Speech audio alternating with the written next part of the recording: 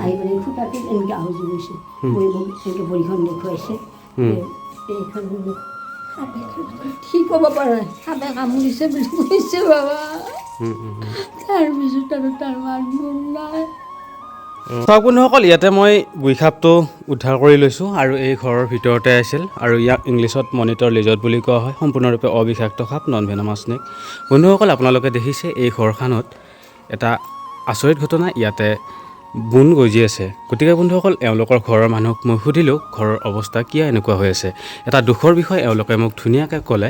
আৰু এইজন দাদা আপোনালোকে দেখা পাইছে, চাওক এই দাদাজন আপোনালোকে চাওক, দীপংকৰ মহন্ত, প্ৰয়াত নেতা, জাতীয়বাদী যুৱ ছাত্ৰ পৰিষদ, জন্ম 15/2/1983, মৃত্যু 9/9/2013। বন্ধুসকল, এই দাদাজনক সাপে কামুৰি মৃত্যুৰ মুখত পেলাইছে। আৰু বাইদেউৰ মুখৰ পৰা শুনিম। বাইদেউ কওকচোন, কেতিয়া কি হৈছিল কওকচোন, এওঁৰ এই দাদাজনৰ ঘটনাটো ক'ত গৈছিল, কেনেকুৱাকৈ গৈছিল, কি হৈছিল? গৈছিল মানে এনেই ওলাই যায় অকণমান সন্ধিয়া সময় ওলাই যাওঁতে তেতিয়া সি ক'ত কি কামুৰিছে ক'ব নোৱাৰোঁ। তাৰ পৰা আহি ৰাতি ভাতো খাইছে, শুইছেও। খোৱাৰ পিছত সি খুব উঠা মেলা কৰি আছে। গৰমৰ দিন আছে, ভাদ 1 ছেপ্টেম্বৰ, ভাদৰ হেৰিত আমি সেইখিনিতে বাইদেউ এটা মই দুয়োটাই বহি আছোঁ। বাইদেউতাকক বাবা ক'ত যায়, মোৰ পায়খানা কৰা লাগিছে, এনেকৈ পায়খানা কৰা লাগি থাকে, পেটৰ অসুখ নেকি তোৰ? নাই নাই, মোৰ পেটৰ অসুখ হোৱা নাই। কি কৈছা? এনেকৈ গৈ পেলাই থাকিলে তাৰপিছত মই গৈ শুব গ'ল, সি শুব গ'ল, নাই হোৱা নাই সেনেকৈ। তাৰপিছতে চাওক বন্ধুসকল, এয়া ৰঙামাটি আৰু ৰঙামাটিত আহি পালোঁ মই এডাল বৰ আচৰিত ধৰণৰ সাপ। আৰু ইহঁতে কয়লা বুলি কৈছে, বহুত ডাঙৰ বুলি কৈছে, দীঘল বুলি কৈছে। মই ভাবিছোঁ অজগৰ সাপ, আহি পেলাই চাওঁ যে এই বপুৰাটোহে আছে সোমাই। হা হা সাৱধানে দেখিয়া নহয় বাইদেউ, ঐ দেখা পোৱা মানুহটো হৈছে এওঁ মহাদেৱ। আহি মানে খুটাটোত এনেকৈ আহুজি গৈছে মই মোক এনেকৈ ভৰিখন দেখুৱাইছে এইখন সাপে কি ক'ব পৰা নাই সাপে কামুৰিছে বুলি কৈছে বাবা। তাৰপিছত আৰু তাৰ মাত মোৰ নাই। তাৰমানে লুকুৱাই ৰাখিছিল? লুকুৱাই ৰখা নাই, ভাবিছোঁ কিবা কিবাহে কিজানি কামুৰিছে, এনে জেং চেং থাকে সেয়াও হ'ব পাৰে। গতিকে সেনেকুৱা কিন্তু সাপ বোলা বুলি ক'লে, সাপ যদি ইয়াত বুলি কয় সেই ইমান দূৰ যাব, ইমানে ভয় কৰিছিলে, বিৰাট ভয় কৰিছিলে সাপক। কিন্তু মোৰ কপালত নাই মানুহে ল'ৰা এটা মোৰ। আজি মই এতিয়া অকলশৰীয়া, মই মালিকৰ হুকুম, নেদেখাজনৰ হুকুম। এতিয়া মই অকলে থাকোঁ, অকলে অকলে আহিয়ে থাকে, তাই আহিয়ে থাকে, কিবা ৰান্ধিলে তাইও দিয়ে খাব, একে মইখিনি খাওকচোন বুলি ক'ব, মইখিনি খাওক, এনেকুৱাকৈ মোৰ হেৰি হৈছে। এতিয়া ঘৰৰ এই পৰিয়ালটো, এই ডাঙৰ পৰিয়ালটোৰ ভিতৰত আপুনিয়ে অকলে? মই অকলে। দেখিছেনে মালিকৰ বিচাৰ হয় হস্পিটেলত লৈ গ'ল, দেৰি হ'ল, আহি পেলাই পায়খানা কৰিলে, ভাত খালে, শুলে, বিষটো উঠোতে টাইম লাগিল। কিছুমান সাপে কামুৰিলে অলপ টাইম পায়, বহুত টাইম পায়। সাপে কামুৰিলে আমাৰ মানুহে ভাবে সাপে কামোৰাৰ লগে লগে মৃত্যু হয়, কিন্তু সাপে কামোৰাৰ লগে লগে মৃত্যু নহয়, টাইম পায়, সময় পায়। আৰু সেইখিনি সময়তে আমি হস্পিটেল যাব লাগিব। নকলা তেওঁ নকলাৰ কাৰণে এইখিনি বিপদত পৰিল।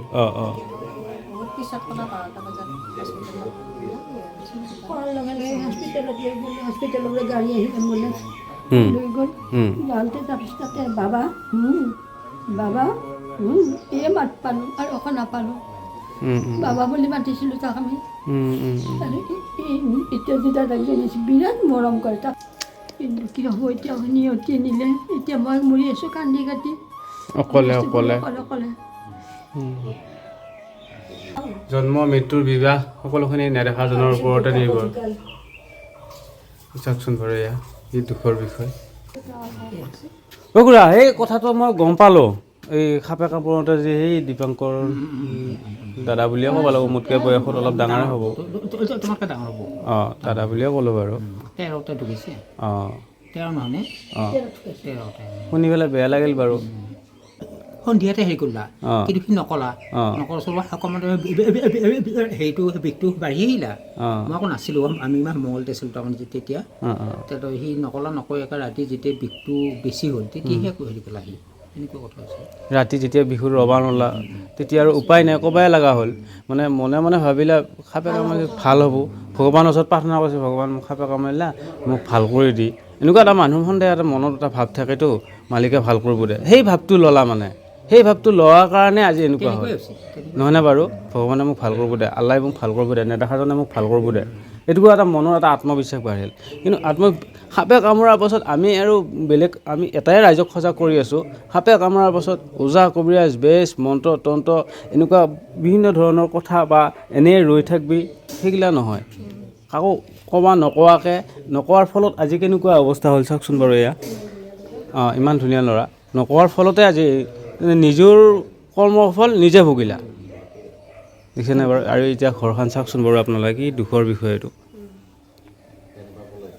চাওক বন্ধুসকল এয়া মই ৰঙামাটিত আহিলোঁ আৰু ৰঙামাটিত আহি এওঁলোকৰ ঘৰত মই বিভিন্ন ধৰণৰ বস্তু দেখা পালোঁ আৰু খুব ভাল বস্তু পজিটিভ বস্তু দেখা পালোঁ আৰু তাৰে একাংশ আপোনালোকক দেখাম বুলি ভাবিছোঁ আৰু এয়া এওঁলোকৰ ককাক ইয়াতে পুহিছিল আৰু বিশেষকৈ চাওক বন্ধুসকল এইখন আপোনালোকে দেখা পাইছে আজিকালি কইনা প্ৰায় কইনা গাড়ীত নিয়ে গাড়ীখন ধুনীয়াকৈ ফুলৰ মালা সজাই ধুনীয়াকৈ গাড়ীখন লৈ যায় আগৰ দিনত হাতী আছিল আৰু এইখন চাওক আপোনালোকে এয়া হৈছে দোলা আৰু এই দোলাত এইখনত বহুত কইনা বিয়া হৈছে আৰু বিয়া হোৱাৰ কাৰণে আপোনালোকক দেখাবলৈ বিচাৰিছোঁ মই কিন্তু দোলা দেখা পোৱা নাছিলোঁ আৰু দোলা দেখা পোৱা নাই কাৰণে আৰু আপোনালোককো দেখুৱালোঁ আৰু ময়ো চালোঁ চাওকচোন বাৰু ইয়াত চাওক ইয়াত ধুনীয়া এখন দোলা আৰু ইয়াক যেতিয়া নি সজাই পৰাই ক্লিয়াৰ কৰা হয় তেতিয়া ইয়াৰ সৌন্দৰ্য বহুত বৃদ্ধি হয় আৰু এয়া হৈছে আমাৰ দৰঙীয়া কইনা নিয়াৰ এটা সঁজুলি দোলা আজিকালি ইয়াত দেখা পাবই নোহোৱা হ'ল বাইদেউ আগতে নাঙল জোঙেলি নহ'লে মৈ আজিকালি ট্ৰেক্টৰ আহি গ'ল চব এয়া দোলা আৰু এইটো কি সাপৰ নিচিনা যি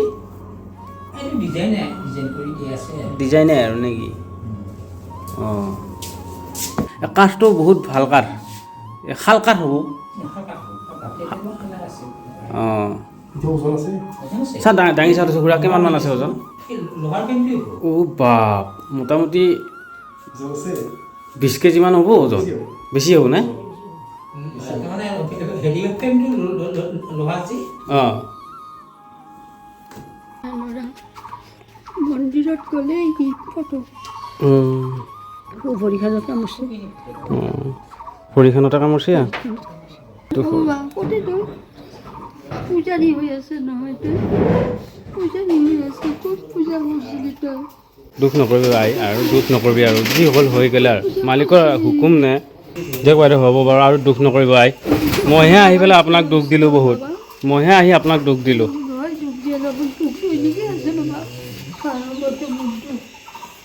আৰু বন্ধুসকল আপোনালোকে চাওক এয়া এওঁৰ কাৰণে এটা ধুনীয়াকৈ বনাই থৈছে এয়া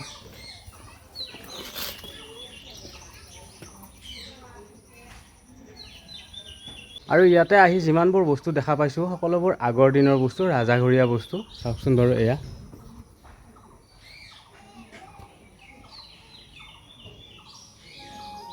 বন্ধুসকল এইডাল সাপ হৈছে চিডুল ওৱান প্ৰেষ্টিজৰ সাপ আৰু এইডাল সাপ মানুহে মাৰিব নালাগে আৰু এইডাল সাপ ভক্ষণো কৰিব নালাগে অকল সাপ বুলিয়েই নহয় বনৰীয়া যিকোনো বস্তু আপোনালোকে ভক্ষণ কৰিব নালাগে আৰু মাৰিবও নালাগে কাৰণ এইবিলাক বস্তু হৈছে প্ৰকৃতিৰ বস্তু আৰু বন্ধুসকল য'ৰ পৰা মই সাপডাল উদ্ধাৰ কৰি লৈ আহিলোঁ ৰঙামাটিৰ পৰা আৰু তাত যাই মানুহ ঘৰত বহুত বেয়া লাগিল তেওঁলোকৰ কৰুণ কথাখিনি শুনি মোৰ মনতো বহুত দুখ লাগিল বন্ধুসকল মই আগতে ভিডিঅ' বনোৱা নাছিলোঁ আৰু ভিডিঅ' নবনোৱাৰ ফলত আমাৰ গাঁৱে ভূঞে কিছুমান মানুহে অন্ধবিশ্বাসত পৰি আছিল গতিকে বন্ধুসকল সাপে কামুৰিলে তেওঁলোকে মানুহে মনে মনে থাকে কাকো নকয় ভয়তে আৰু বন্ধুসকল কিছুমান মানুহে ওজা কবিৰাজৰ ওচৰত গৈও কৰুণভাৱে মৃত্যুৰ মুখত পৰিছিল গতিকে বন্ধুসকল মই যেতিয়াৰ পৰাই ভিডিঅ' বনোৱা ষ্টাৰ্ট কৰিছোঁ আপোনালোকৰ মৰম আপোনালোকৰ চেনেহ আপোনালোকৰ সহায় সহযোগিতাৰ বাবে ময়ো আগবাঢ়ি গৈছোঁ আৰু আমাৰ দৰং জিলা বা অসমত কিছুমান মানুহ বা গাঁৱে ভূঞে কিছুমান মানুহ বহুত বহুত সতৰ্ক হৈছে আৰু সাপে কামুৰিলে এতিয়া চিধাই ডিষ্ট্ৰিক্ট হস্পিটেলত যায় প্ৰাণ ৰক্ষা কৰে আৰু এতিয়া সৰ্প দংশনৰ সংখ্যা দৰং জিলাত প্ৰায় কমি গৈছে। গতিকে বন্ধুসকল আমি ভিডিঅ' বনোৱাৰ মেইন উদ্দেশ্য হৈছে মানুহক সজাগ কৰিবৰ কাৰণে আৰু অন্ধবিশ্বাসৰ পৰা দূৰ কৰিবৰ কাৰণে। এতিয়া আমি এই ধুনীয়াকৈ সাপডাল এৰি দিম, চাওকচোন বাৰু। আৰু আপোনালোকৰ আশীৰ্বাদৰ কাৰণে আমাৰ এই দৰং জিলাত বা অসমবাসী ৰাইজ এতিয়া সতৰ্ক হৈছে আৰু সাপে কামুৰিলে মৃত্যুৰ সংখ্যাও কমি গৈছে। চাওকচোন বাৰু, এয়া আমি ধুনীয়াকৈ এই গুই সাপডাল এৰি দিম। চিডুল 1 প্ৰেষ্টিজৰ সাপ, ই সম্পূৰ্ণৰূপে অবিষাক্ত সাপ, নন ভেনমাছ স্নেক। চাওকচোন বাৰু, চাওক বন্ধুসকল, এয়া কি ধুনীয়াকৈ যাই আছে। কাৰণ বন্ধুসকল ইয়াৰো এটা জীয়াই থকাৰ সম্পূৰ্ণ অধিকাৰ আছে আৰু ইয়াৰ খাদ্য হৈছে চৰাই কণী, পাৰ চৰাই কণী, চৰাই পোৱালি, পাৰ চৰাই পোৱালি, হাঁহৰ কণী, হাঁহৰ পোৱালি, মাছ, বেং, এইবিলাক বিভিন্ন ধৰণৰ বস্তু খাই ই ভোজন হিচাপে গ্ৰহণ কৰে। আৰু যদি চাই ভিডিঅ'টো ভাল লাগিল তেতিয়াহ'লে এই ভিডিঅ'টো যিমান পাৰে শ্বেয়াৰ কৰি নজনা মানুহেও জানিবলৈ সুবিধা কৰি দিয়ক। ধন্যবাদ। জয় আই অসম।